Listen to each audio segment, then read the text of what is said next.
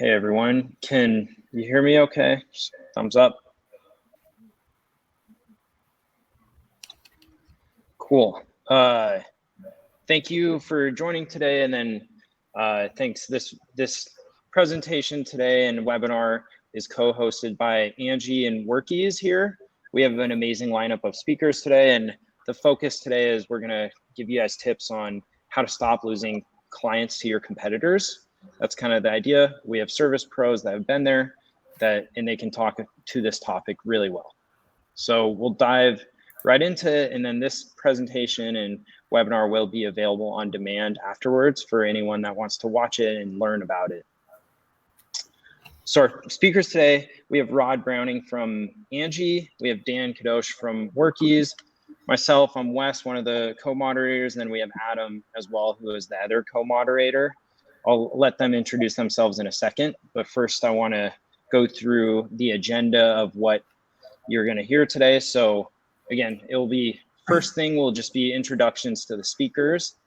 The second topic is going to be kind of getting at the why you're losing customers to competitors. And then the third topic is going to be to give you guys tips on how to prevent that and how to actually win these customers back. And then the fourth, if we have some time, we'll go into some Q&A.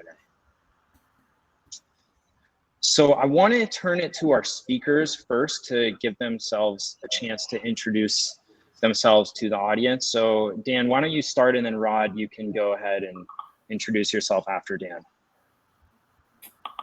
Very good. So nice to meet you all. I'm Dan. I'm one of the founders of Workies. I started up as a service guy myself. So that means I was a locksmith. And at a certain point, I decided to open up my own company here in San Diego. Company grew and grew to a point of about 30-something employees. 5, 6 dispatchers on call. Pretty nice operation, which prompted us to try and make sense. Now, the offering for software wasn't that big at the time, so we developed our own. And one thing that was very important for us was understanding ways to grow the business in a healthy way. So that means where we're getting calls from, where we're getting leads. Is our money being spent correctly? Are we giving the best service? Are we following up with estimates? Who's my top performers? So we developed the very, very early version of Workies. The locksmith company ended up selling, which we were left with a very good solution, which a lot of our friends very quickly adopted. And with years, it turned into Workies, which is the company that we have today. That's kind of the short story of Workies and me.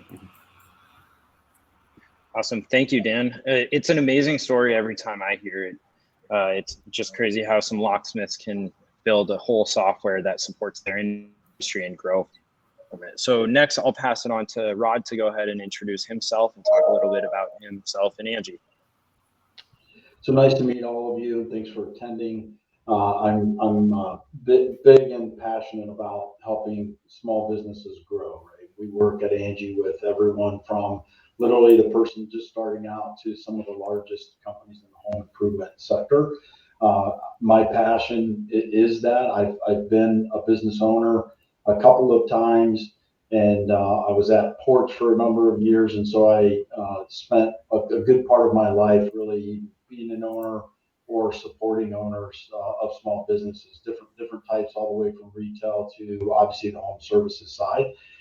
Prior to joining Angie, I actually ran the growth for a startup that was Made Renovation, and Made Renovation is in the bathroom renovation industry, and had to build the entire process of what the sales did, the tools we used, what our sales process would be, and all the measurements that went up to that. So a lot of experience in driving growth for ourselves, and learnings that through all the different positions I've had in my career that I hope can be valuable to share with some of you today.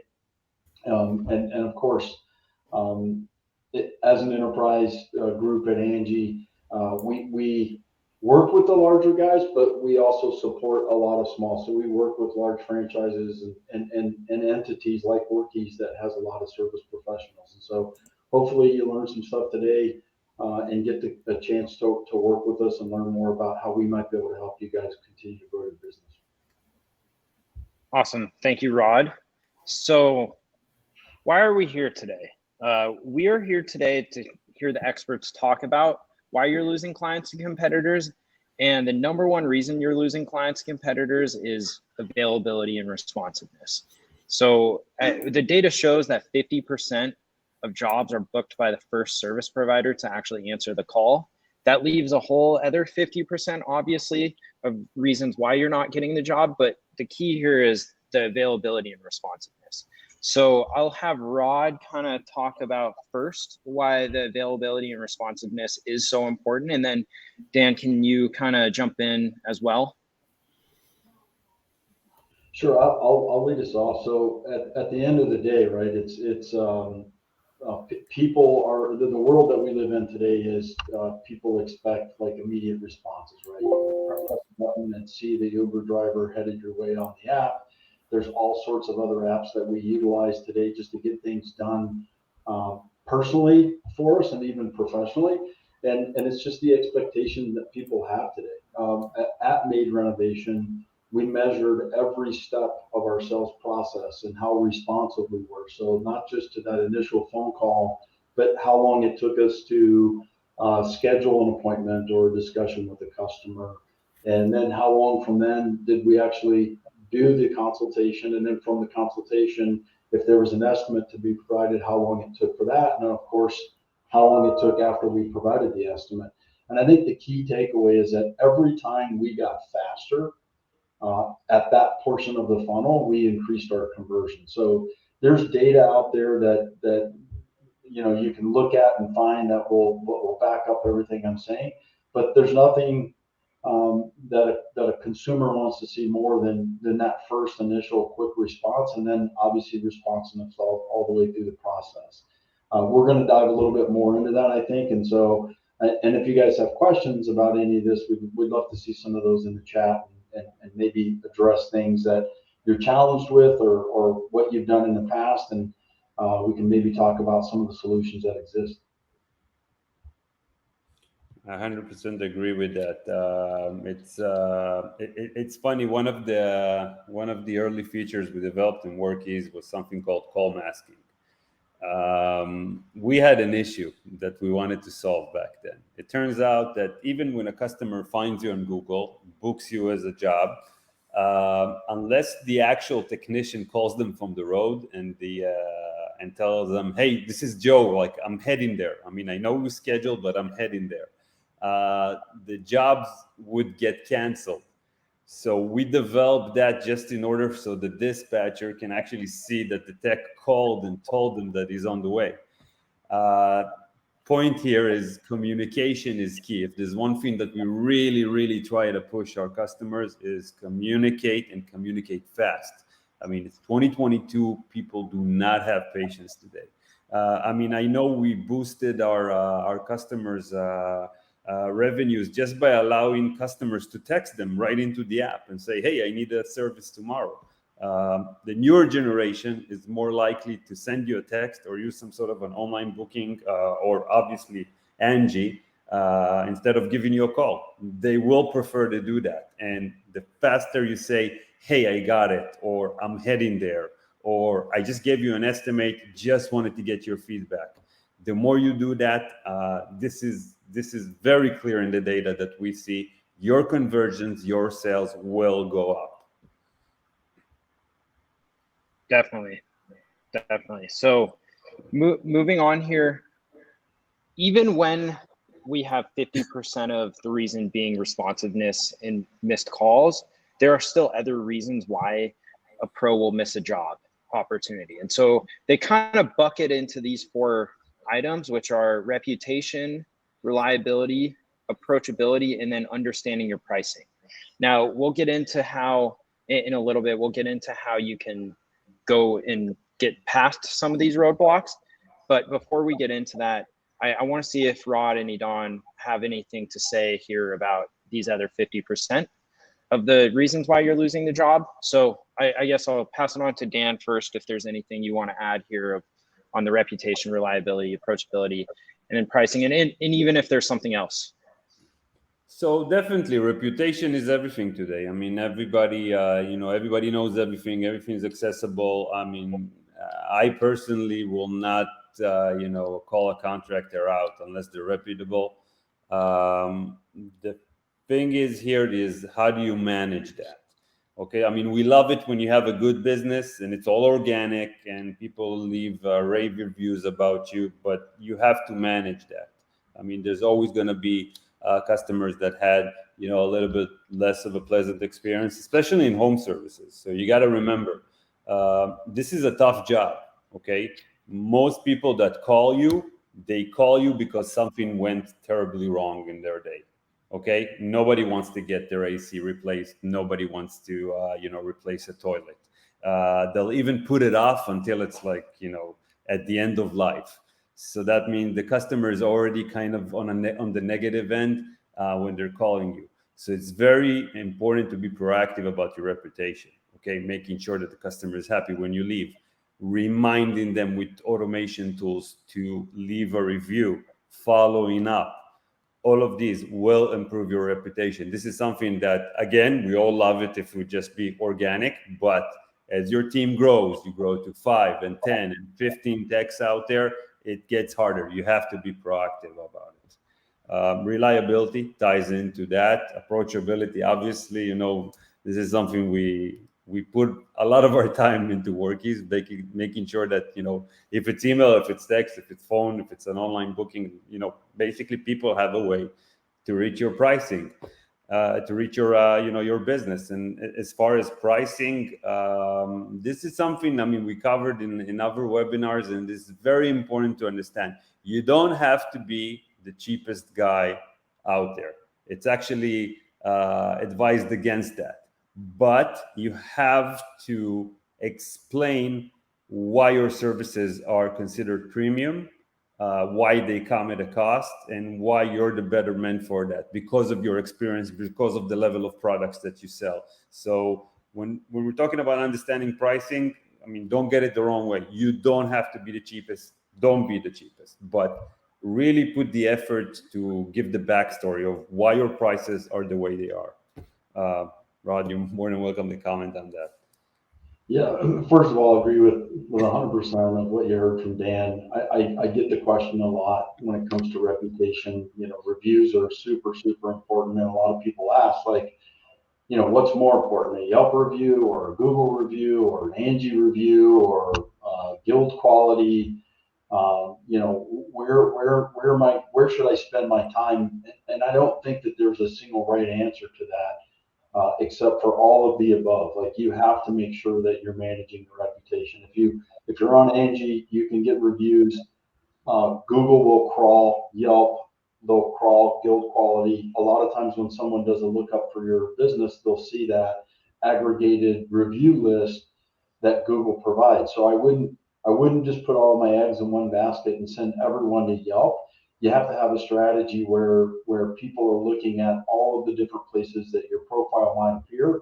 It happens to us. We have customers that might use Angie and they get a poor review and they don't know they've got a poor review because they're not managing it. And then all of a sudden they see their business from a conversion perspective fall off at Angie. And the answer is, yeah, because people are seeing that one poor review that you didn't respond to. So the reputation is important for you to manage. It's important for you to make sure that you talk to the folks who are saying great things as well as the ones who maybe were critical and deserved a response for you. But all of that does tie into it. And then I think the other thing is what Dan said is that it is an omni-channel world now. People will reach out to you via text, via phone, via email, and you have to have a way to follow up with them and know that those are channels that people want to see. I can't tell you how many times stuff gets missed because people aren't monitoring their reviews, they're not monitoring their emails or their texts, and it's disheartening. And I think the other thing is it's great to have automation systems, but you have to have a way to know that those things are working the way it's frustrating to go to an automated system and type in a question and get an answer that's a canned answer that doesn't answer the question for the customer. So you have to have a way to like filter those that can be canned and provide that response, but just make sure that you have someone monitoring and that you're getting out of that system what you want, because that's a huge turnoff to people when they ask a question and they get a completely different type of answer than what their question was. So again, on the pricing side of things, I've seen, and we have a number of companies that we work with at Angie as well as in my previous roles, where the people who do this, the businesses that do these things the best,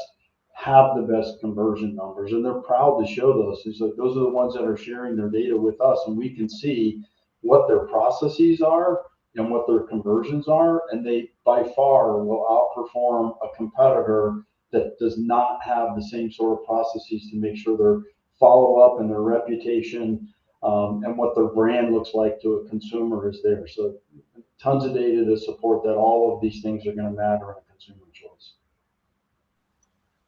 That's great stuff. And so as we go through the next few slides, we'll kind of dive a little bit deeper into the reasons why you're losing and how you can change that. To move the conversation forward here, I'm going to pass it off to my co-moderator, who will take us through the rest of the slides. So Adam, if you want to go ahead. Yeah. Thanks a lot, Wes. Just a quick introduction for myself. My name's Adam Rowell, and I'm a business development manager here at Angie, and just really excited to be here today. But yeah, like we've covered, these top reasons: availability, reputation, reliability, approachability, and pricing are extremely important. And to just reiterate this availability piece, this may seem a little redundant, but we know how important speed to lead and staying close to the customer is. So Dan or Rod, I know we talked about this a little bit already, but is there anything else that you would like to bring up or discuss in terms of being available to the customer that was previously not mentioned? I think we've covered most of it. I think it's just make sure you have a way to track it, right? I think it's one thing to have processes that you have in place and that you've trained your team on. Hey, this is how we're going to handle these things. But at the end of the day, it's your business, and you have to be responsible for making sure that it's actually happening the way you rolled it out. And so there's plenty of times where we've had discussions and things were rolled out, and then when you go follow up, it's like it's not happening the way you thought it was or the way that you trained.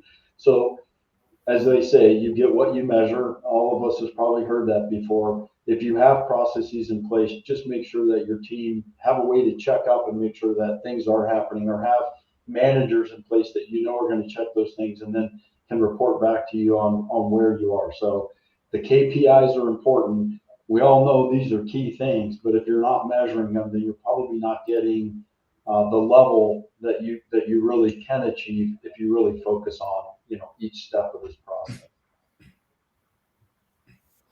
Yeah, definitely. I mean, call tracking is a must.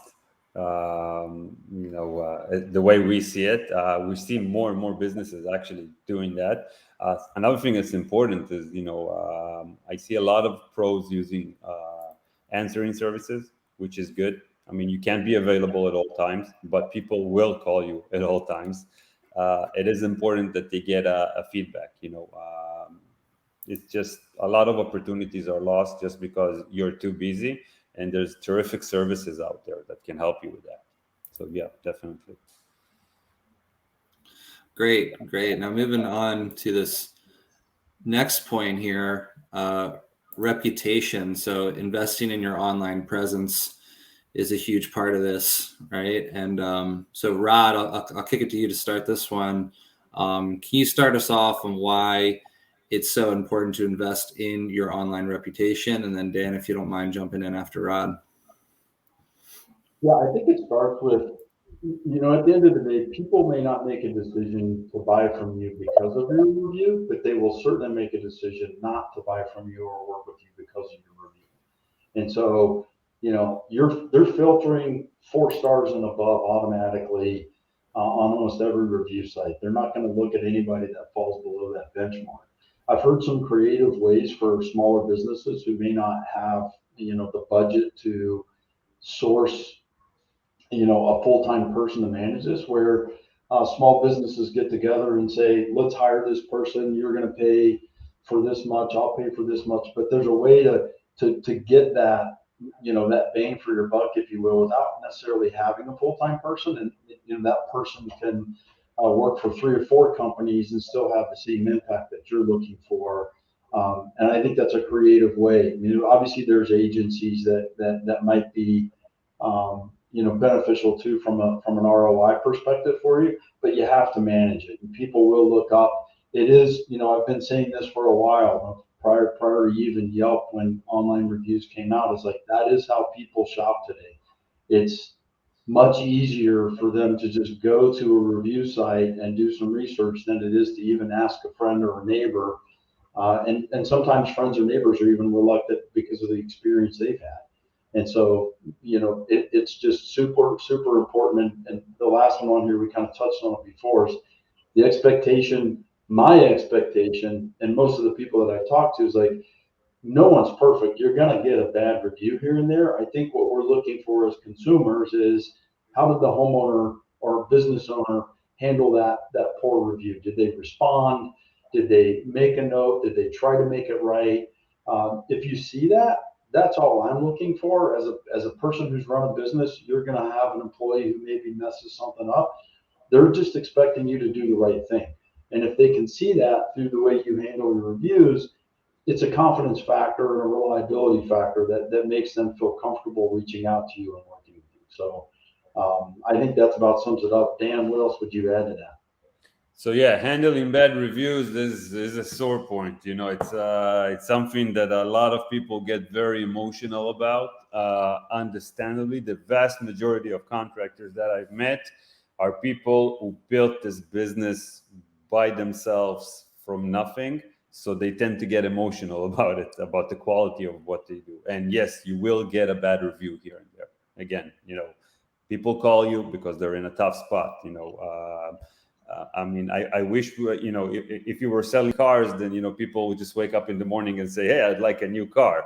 But that's not the case. You're fixing broken stuff. On occasion, some people will do upgrades. So when a review comes in, which is negative, you got to take a deep breath and, before you respond, analyze the situation. It doesn't matter if you're right or you did the best you can. It's up there. It's on the internet. You have to handle it. You have to make that person happy. Of course, some people you can't make happy at any price, but you have to do your best to respond. You have to keep it, you have to keep ego aside, and you have to do the best you can to put this person, make him happy. Remember, you might lose a little bit by refunding or compensating the customer. This is nothing against the next customer that would just pass on you because he saw that bad review. You always make that math, okay? Eventually, your objective is to gain more and more customers. So you might have to take a loss and maybe a little bit of a beat down to your ego. So yes, handling bad reviews, it's something that must be done correctly. Great. Yeah, thanks for that. And then our third tip here is really around reliability. I think that's a really good segue into talking about how to handle reviews and getting those reviews, because that's where consumers are kind of making that impression of, are you reliable or not? So Dan, can you talk a little bit about why it's important to hold yourself accountable and how service pros can make sure that they are staying reliable for their customers? Well, first of all, no matter what business you're in, ownership is a very important thing. Okay, you're never going to get better in life if you don't, confess mistakes and reflect on things. So that's just like a way of looking at life. When it comes to business, when you show yourself as an accountable owner of what you do, you gain trust. Now, most service business will attest to that. It's super important to advertise, and it's super important, to get your name out there when you're starting up. But as you grow, a large number of your customers are going to come from referrals. They're going to come from word of mouth. Like, hey, who did your doors? Who did your security cameras? Can you recommend a guy? And that's a big source of income in the later years of your business. So you need that trust. So when something goes wrong, obviously you hire people and they're not as professional as you would do it. So mistakes do happen. You have to go out there, you have to point them out to the customer. You have to say, I understand this is not to the satisfaction or the level of quality that I wish my business would represent. I'm going to fix it for you. You have to point those out to the customer. This is how you win trust. Okay, instead of waiting for the customer to maybe notice or see if they let it slide, I think a better approach is always to come out and say, well, that didn't come out as much, as well as we needed. We want to rewire those just to make sure that it's up to the best. Let the customer know, admit mistakes. You will gain a tremendous trust from these customers and hopefully referrals in the future. Yeah, I just to add to that, I had unfortunately, I think most of us would say if we've owned a house for a number of years, we've had some not so great experiences in working with contractors. But then I was pleasantly surprised. I had a new roof put on my house in October of last year, and I looked at a number of roofers, and I did make my decision based on a number of things. Reviews were one of those things. I happened to also see that roofer's truck in my neighborhood a couple of times. And my neighborhood's not that big, so that made me feel better as well. So they were branding themselves in the neighborhood, but really, they delighted me in a number of ways. Once I decided to go with them, I got a text that said, hey, your job is scheduled for this date. We're going to keep you up to date. If something changes, we'll let you know. Every Friday, I got that text about what was supposed to happen. And so they really set good expectations. And then maybe 3 weeks before everything was supposed to start, I got a text introducing me to my project manager. It was also, I would say it was a nice touch. It was a very personal touch. It gave a little bit of a background on that person that I was going to be communicating with. And then it said, this person's going to reach out to you to schedule some time to talk about next steps. The next week, that person called me. We scheduled what was supposed to happen. They told me all the things that I needed to do, get my vehicles out of the driveway. There was a dumpster coming for all the old material, how they would handle things like having to replace plywood on the roof. Great, everything it started every day that they were here. At the end of the day, I actually got photographs texted to my phone. Here's what we did today. Here's what happened. When there was a piece of wood that needed to be replaced, I had pictures of the wood, so I didn't feel like someone was on my roof, just making up, oh, hey, this wood was bad. So everything was super, super clear. So they just did a great job all the way through setting the expectations, which made me feel a lot more comfortable. And I did have a neighbor reach out to me that said, hey, would you use that person? I got an email from him. Would you use this person again? And I went, I absolutely would. It was a great experience. There were a couple of things where it was like, hey, I'm not sure about this, and they were on top of it. But they did set great expectations. They communicated throughout the entire process. And as far as experiences I've had with contractors, it was one of the best I'd ever had. And so I think that they're using tech in a way that we expect now as consumers, right? This automated messaging system, a way to send me photographs and have those documented. It was good for them because it sort of protects them, but it also made me feel great. I realized that not every project that some of you do is a 3 or 4 day project, but the best you could do at setting expectations and communicating what those are, and then following up through those, that's how you maintain your reputation and how you keep yourself and your teams accountable. So I couldn't agree more with what Dan said. Yeah, Rod, I really like that point. Kind of what I'm hearing with that is maintaining that strong communication. And Dan, taking the approach of being proactive versus reactive and building that trust with the customer. So our next tip here is really all about staying close to the customer and approachability. So Rod, I'll turn it back to you. I mean, what are ways for service professionals to stay close to their customers, and even to expand on that, get more share of the wallet and repeat business?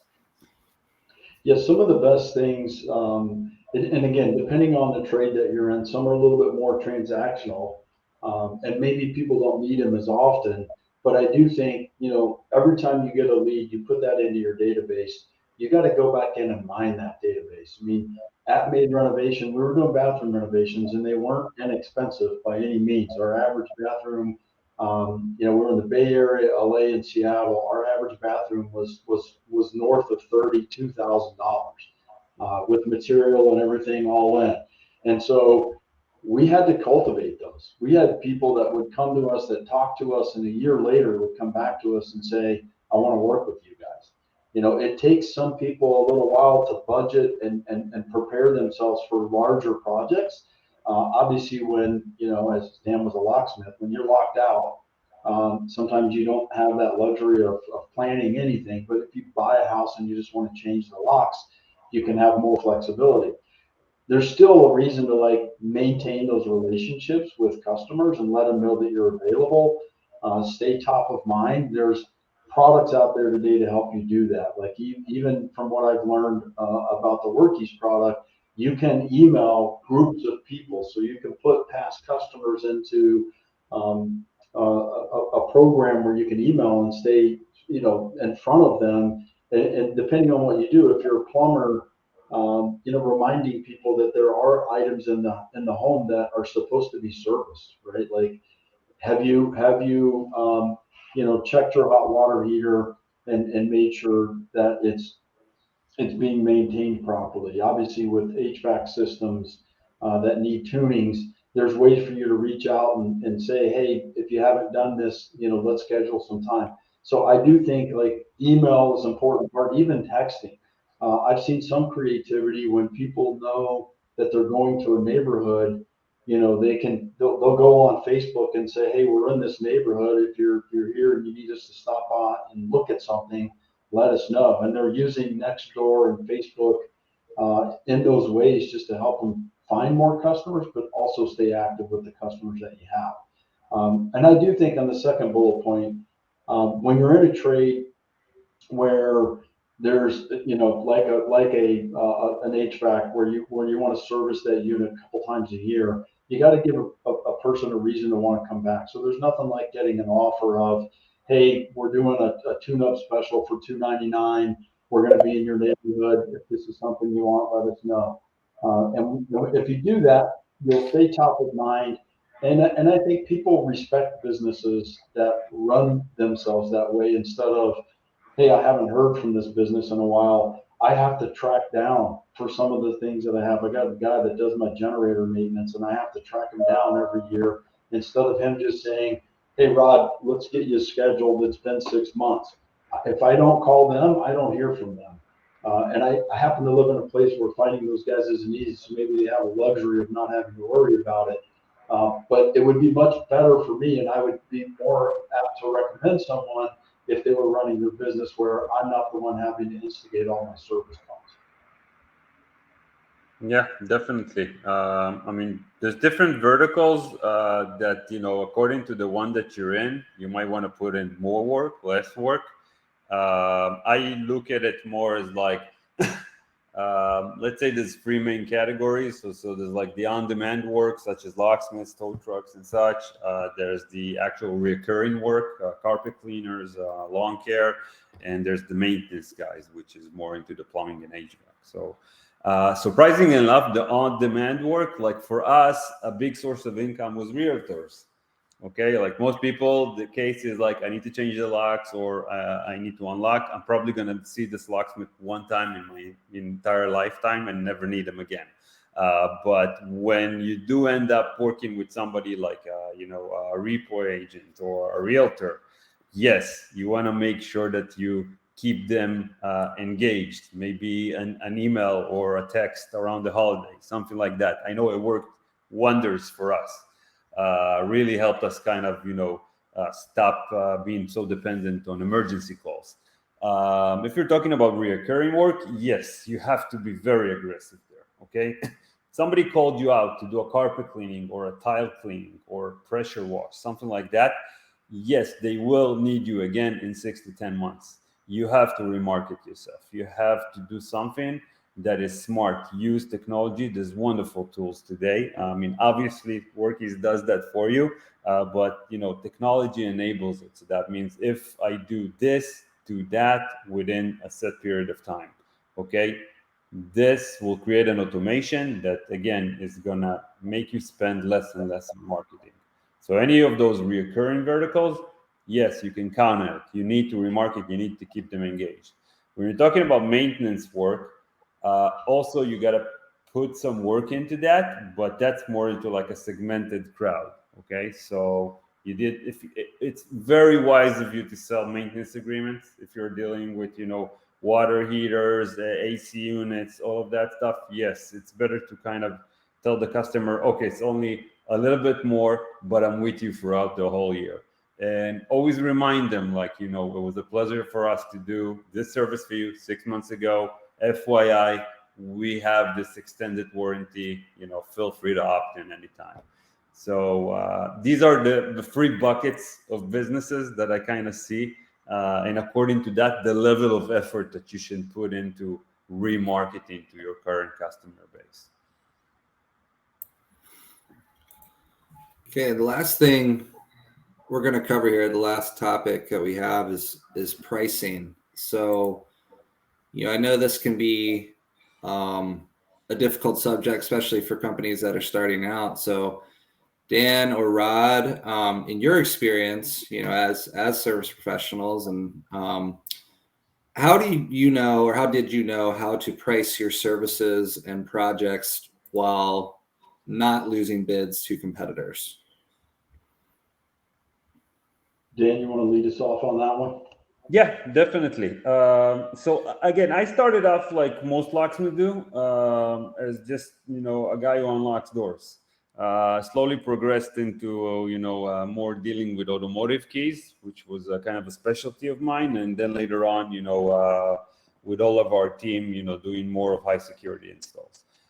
When you first start out, you just want to match whatever is out there. Okay, so that means if you're in Southern California and the average price for replacing a lock is so and so, you want to match that. You want to be competitive. Okay, what I learned as I matured and my business matured is that there's no shame in offering premium services. Okay, every business has premium services. There are better products out there, and there are people willing to spend to get those better products because they represent more value.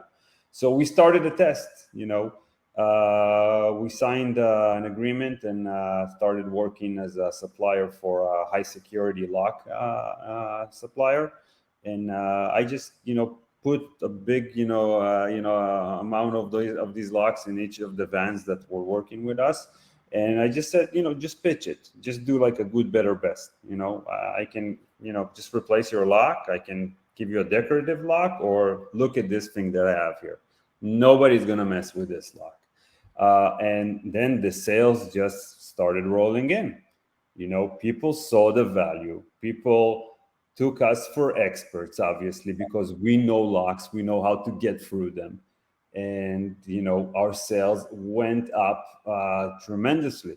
Now, after all these years, now from where I am looking at, tens of thousands of businesses in all sorts of vertical, 100% I can tell you, no matter what your vertical is, there is a premium service there. Don't be afraid to offer it. Okay. Don't try to be the cheapest guy. That's a road to disaster. Okay. Give good service, good attention to details, use the best materials, and make sure that your customer is aware. Success will follow. I'm sure Rod will agree there as well. Yeah, everything you said, I've experienced it firsthand. I believe consumers want options, and so I do think like when you can provide the options of the sort of the good, better, best, that's always going to help your conversion instead of just like here it is, and even I think even on more simple things like painting, um, I can see. I just recently got a couple of quotes, and I could see a couple of areas where they could have upsold me, and maybe said, "Oh, or here's an option to save you some money." And now I'm looking at it as, okay, this person wants to earn my business, and they're giving me options, giving me things to discuss with them, and I think that's always going to go in your favor. I've done this in my career. I've coached other business owners to do this, and so I'll share this one thing too, and that all salespeople should say is like, you believe in your product. No one believes in it more than the ownership. You have to make sure that your team believes in it too. When they're there, they should be saying like, we believe that we provide the best service, the best quality options, the best warranties, whatever you believe really makes you different, and then give the reason for the homeowner to at least call you back. I think the one critical thing about being a business owner or someone who runs a sales organization is not knowing why you lose when you lose. You have to know what's costing you money and get to the bottom of it and fix it. And I remember coaching a couple of businesses and said, like, just do this one thing. Have all your salespeople do this one thing. And that was before they leave the homeowner, they say, like, listen, we've sharpened our pencil. We know this really well. If we're a couple of $100 away, we don't want to lose your business. Yours might be more like $100, but whatever it is, tell the owner how important it is that you win the business, but also say, and let me look at the other quotes. If you see something that's significantly different than what I'm providing, then I can at least give you an opportunity to understand why theirs may be different. And then you're a more educated consumer and you can make a choice that's best for you. If they trust you and they believe that you really want to help them, you'd be surprised how many people will call you back and ask you to look at a quote that they got from a competitor. And as you know, sometimes the competitors don't do the things the way they should, or they're not putting things on the quote that belong on there to do the job the way it's supposed to. And then you have an opportunity to win that business. On the last point, enable different types of payment options. I do think that's important. If you have large projects, zero financing and interest are really attractive to homeowners. And of course, just ease of use, right? Mobile devices where you can swipe the card are super popular now, but anything you can do there. But I can't stress enough, like, you're the experts. Make sure that homeowner knows you're the expert and that you've done your research and that you know your quote is good, and ask them to give you an opportunity to compete if you're close. And you'll win a lot of business that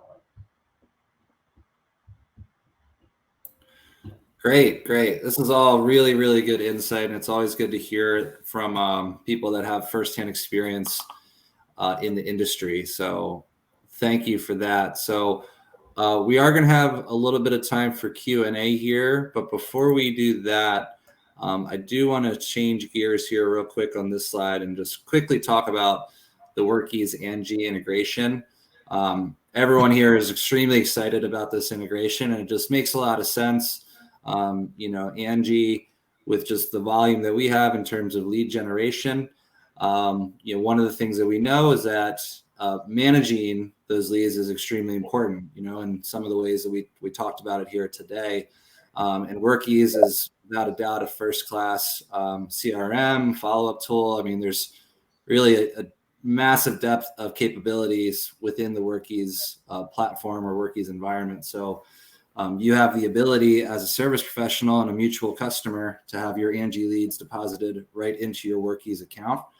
And if you want to take a look in the chat, we do have links to landing page for Angie and landing page for WorkEase if you're looking to learn more here right away. And just to take a step back, I mean, one of the biggest determinants we know of success is speed to lead, right? We know that's extremely important. Like we talked about that in the availability section, I mean, 50% of jobs go to that person who can get a hold of the customer first, right? And we talked about the other 50%, what's important there. But that speed to lead is extremely important. And this integration makes that speed to lead even faster. And that's part of the reason that it is so powerful and so important. So the other thing I did want to mention here with the integration, and you can see this by clicking on either of these links here, it'll take you down the path, but we do have some really good discounts here for any customer here that is looking to get signed up on Workies or on Angie. So Workies is offering 2 months free off the subscription, which is just an incredible deal.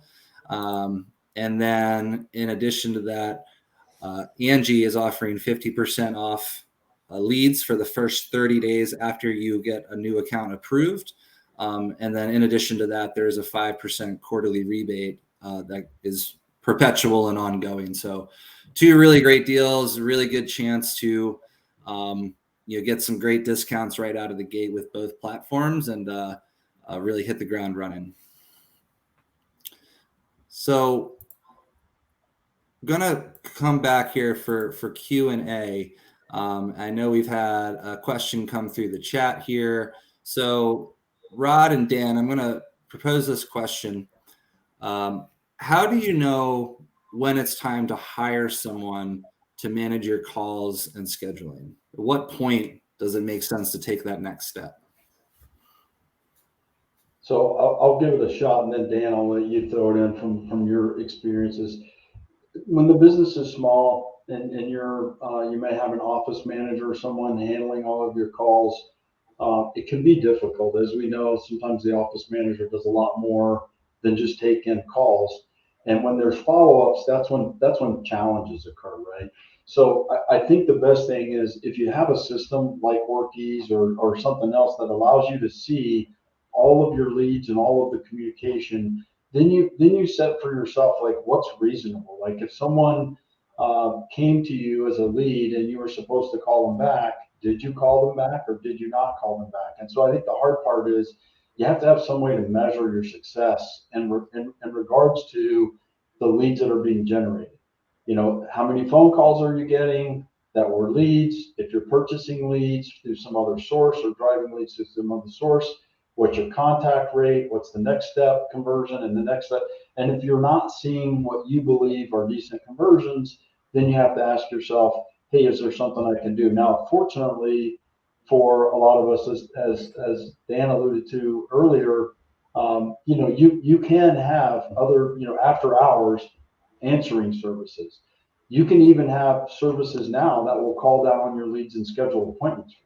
So if it's hard for you to hire someone full time, there are a bunch of different services available today that will handle all of your inbound calls, schedule all of your appointments. They charge in some cases a per appointment fee, and the economics can work depending on the type of business you're in. I think it's worth asking. And if you guys want more information about those, then we can certainly, provide some lists or, here's the companies that do those things to help you. But I do think if hiring a full-time person is a bit of a burden on your business, there's other ways to make sure that you're getting the right sort of results. Some of those companies provide full visibility, the recording of the call. If you're purchasing leads, they can give you what the contact rate is and the conversion rate to an appointment. All of that information is available. There's just a lot of good companies that in the last 5 to 10 years that have been created to solve this problem for the small business owner. Definitely. Answering services are a great cost-efficient solution, because this is a tough jump for a lot of people. I mean, a lot of people run like a nice, one-man show kind of business, which is progressing very nicely, and they're actually making good profit. Once you put that office expense and 2 dispatchers, because you can never have one, because they do call in sick and they do notifications. You have that, you have, the internet, the cable, all of that. So suddenly you need to make twice as much money to stay profitable. It is a step that happens. Many people are working remote today also, in addition to answering services. So that's a solution I'm seeing more and more. I mean, we saw businesses that work with Workies for years, that had like huge dispatch centers, and suddenly it's all spread out in remote. The last 2 years pretty much changed everything. As far as like when do you hire? So when you get to a point that you don't have time to manage your business, and I'll explain in a second what manage means, this is where you hire. So if you get to a point that you're really busy and you don't have time to sit down and strategize what's your next move, this is where you need to make more time. If you can't grab an hour and say, okay, let me look at my advertising. What's the next step? How do I promote more sales? How do I open another marketing channel? How do I, add another service that we can do? If you don't have enough time to plan that next phase and get insight, then you're too busy. You need somebody to help you with. Yeah, I agree 100%. Like as business owners, it's hard to let go sometimes, but yeah, that's an absolutely, if you can't find the time to it, or it's just becoming so taxing, then I think you have to look at, it's time to hire a manager or someone to help you. Yeah. Thanks a lot, and thanks for the question. Okay, last question we have here, and it's a bit broad, so answer it how you feel fit. Or actually, let's go with this one. We had one just come through the chat. So, are there texting services that will take your customer database and send them periodic texts to market? Yeah, definitely. Yeah, I know there's apps out there for sure, and I haven't worked with any that will just take it and do it for you, but it sounds like Dan might know of a few. Yeah, definitely. There's a lot of them that I can think of. I think a very popular one is Nice Job, but the thing is, you have that built into Workies. So there's a lot of marketing services, Mailchimp, Nice Job, Podium. There's a lot of services that do that. What we've kind of changed, and you're more than welcome to check them out. What we've kind of changed is we built this tool right into Workies. So that means it's tied into the job that you actually do. So if you're looking at the client record, you can actually see the types of automations and notifications that they get. It supports texting, it supports templates. When a text is sent out, you already know it's linked to your customer. And the beauty of it is based on the workflow. So instead of sending your list somewhere else and tagging it and saying, okay, at that point, I'd like to send someone a text. In Workies, you can actually say, okay, so if I just did a carpet cleaning service and this customer has a tag of very good customer, after 6 months, I want a text. And after 8 months, I want another text. And, if I had an estimate that a person declined, I want to send them a text a month after and say, have you found someone for your project? I know we had some questions on pricing. Would you mind, if we come out again or give you a call? So it's all kind of workflow based. It was built specifically for the contractor. But to your question, yes, there are a lot of services. And yes, there is a very good solution in Workies called Workies Automations. And just to piggyback on that, I know there's companies that will help you with the texting, like when a lead comes in, they'll manage some of that for you. In my experience, they're great. They can do a great job, but you kind of lose some control because if the client responds to the text, now it's someone that doesn't know your business the way you do, maybe handling that initial text response, and you want it to be something where you're in control. And what we found, or what I found anyway, is that in order to do that well, whatever system you're using for your customers, you really need a tight integration, and the cost of that might not outweigh something of just like looking at a Workies and seeing if the functionality in Workies can actually do what you want. Great. Yeah. And, I'm just thinking about the integration too and how powerful some of that stuff is, and just knowing the importance of managing leads and getting them quickly. You're not going to win every lead, or you're not going to win every estimate, but you have those tools that, Dan mentioned to continue to automate the outreach and the drip efforts. So well said. Okay. Give another, half a minute here if anyone else wants to throw a question in the chat. A couple of good questions came through, but if not, Dan and Rod, thank you so much for volunteering and stepping up for this. This was really insightful. I think it was really, really great information. So thank you for joining in. Absolutely. Happy to do it. Anytime. All right. And just to reiterate before we sign off here, we have recorded this. We will send this out. It will be available on demand for you. So everyone that did join, thank you very much. And you can expect a follow-up with the webinar here. Thanks, everyone. Yep. Thank you, guys. All right.